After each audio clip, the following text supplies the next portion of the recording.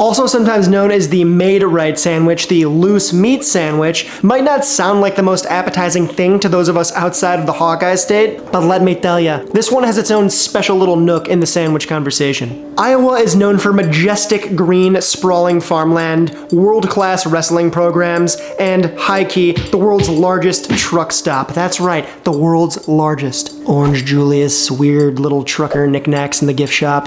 It's awesome. Maybe it's not that awesome. Depends who you ask.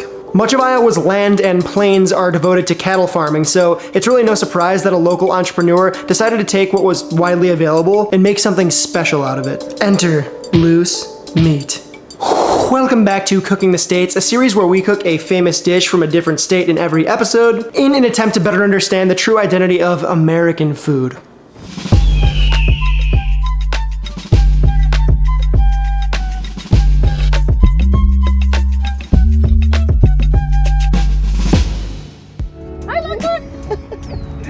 Alright, so we are here in sunny Malibu, but we're going to be talking about Iowa today. We have an Iowa local right here. My work mother, my ex-employer, the lovely Lori Lazar. Hi, Chef Adam. Alright, so Iowa, Maid Rite, loose meat sandwich as Roxanne would call it. How do you make a Maid Rite? What's the components of a Maid Rite? Hamburger. Hamburger. Yeah, It's so like you get ground beef, onions, lots of Okay. onion. You want to chop up onion. So like a seasoned ground beef on what kind of bread? Well, I would upgrade the bread today, Yeah. but we had those cheap buns you'd get by the 8-pack. Yeah, was it Wonder? Wonder bread. Was it Wonder? Okay. The problem with the Wonder bread and a straight bread is that it got too soggy from the meat. So the Okay. buns, you need something a little heartier That's to hold it together. So That's it's a good tip. note. Good tip. Yeah, I could work with that. Because otherwise it'd be a soggy mess. Okay. So yeah, the buns, the meat, onions, seasoned real well. And then it did have a little like a sauciness to it a little bit. Semi-saucy, buns that are white, flavorful, but like a little heartier so that it doesn't slide through. Yep. And of course, ground beef. And the ground That's pretty beef. much it. There you have it, Maid Rite. Let's take that information, head back to the crib, and make it ourselves. Thanks, Lori. Okay, loose meat. Sounds gnarly, tastes not gnarly. You can think of it sort of like a deconstructed burger, and every good burger needs a good bun. So we're gonna make some sesame seed buns.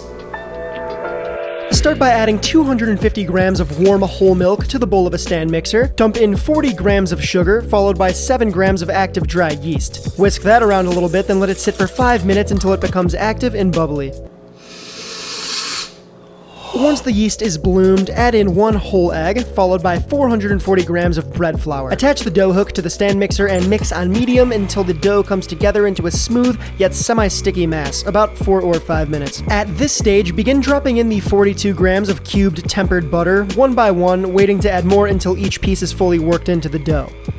Once the dough passes the window test and seems fairly elastic to the touch, add in 5.5 grams of kosher salt, then mix one last time for about a minute. Plop the dough out onto the counter, then work it into a smooth ball before plopping it right back in the container to let rise at room temperature until doubled in size, about an hour. Once le dough has doubled in size, dust a clean work surface with all-purpose flour, then turn the dough out. Using a digital scale, weigh the entire dough ball out, then divide its weight by 8. That rhymes. From there, eyeball the dough into 8 roughly even pieces, then weigh each one out to be equal. Use surface tension to form each dough piece into a neat ball using your hand as a cage, then flatten it out with the palm of your hand to form each into sort of a dough hockey puck type thing, if you will. Place each puck onto a silpat or parchment paper-lined baking sheet, then brush each with egg wash made from 3 whole eggs and a splash of agua. The egg wash will give the buns a gorgeous golden hue, and if you'd like a bit of a deeper golden hue, you can make your egg wash with pure egg yolk and a splash of water. Let the freshly egg-washified buns sit out on the counter uncovered for an hour or until they're doubled in size and or noticeably puffy. After the buns have proofed, hit them with a second coating of the egg wash, then sprinkle on some sesame seeds for that classic Americano burger bun feel. Bake the whole lot at 375 degrees Fahrenheit for 15 minutes until gloriously GB. Golden brown. After they've baked, let the buns rest for at least 30 minutes before slicing, which gives us the perfect window to make the loose meat component of our loose meat sandwich. For the meat, we are using a combination of 50% fatty and 50% lean beef. The fatty will come from this here beef chuck, a cut from the shoulder of the animal, while the lean will be from this bottom round roast, which hails from the booty of the beast. I'm grinding my meat fresh, which you totally don't have to do, but I do find it to yield a better end result. To do so, make sure that the meat you're working with is semi-frozen. This is going to help it run through the machine better and keep the fat from smearing. Also, if you're using a KitchenAid grinder like myself, make sure that it's cold too. I usually pop all the components of this grinder in the freezer the night before I want to grind.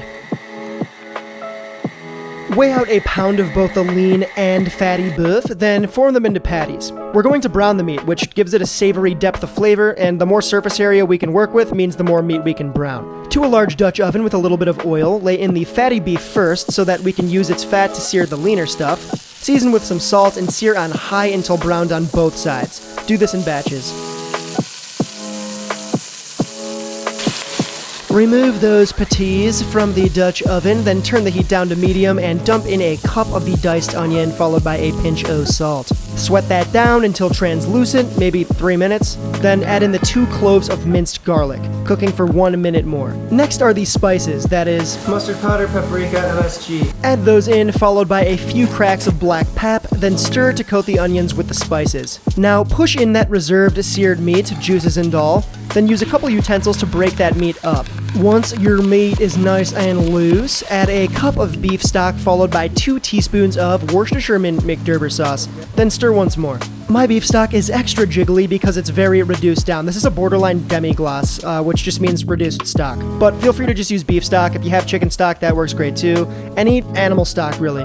Now, we gotta cook this whole shadiddly down until the stock has reduced and looks like it's been absorbed by the meat. Medium heat is gonna be your safest bet, but you can do this over high heat. Just be careful not to burn anything if you do. Don't be a hero. Once your beef looks richly brown and almost glossy from the reduced stock, remove it from the heat and let it cool down a bit. Now, building this sando could not be simpler. Lay down one of those soft, supple burger buns from earlier, followed by a slice of Americano cheese, a scoop, or 2, of the meat mixture, which we want to serve warm so that it melts the cheese a bit, then a bit of diced onion, a couple slices of pickle, then finally spread some mustard on the lid and squish the whole thing down. All there is left to do now is close your eyes, pray to the lords of beef, and let your animal instincts kick in. Okay, there she blows. A loose meat sandwich. Weird name, but it smells pretty dang tasty. And this isn't really a sandwich you cut in half. Ooh, that looks good. Alright. Maybe not so hot take. This is basically if a cheeseburger and a Sloppy Joe had a baby, it would be this. The loose meat sandwich, the Midwest's answer to the Sloppy Joe. That sandwich is made right. Loose meat.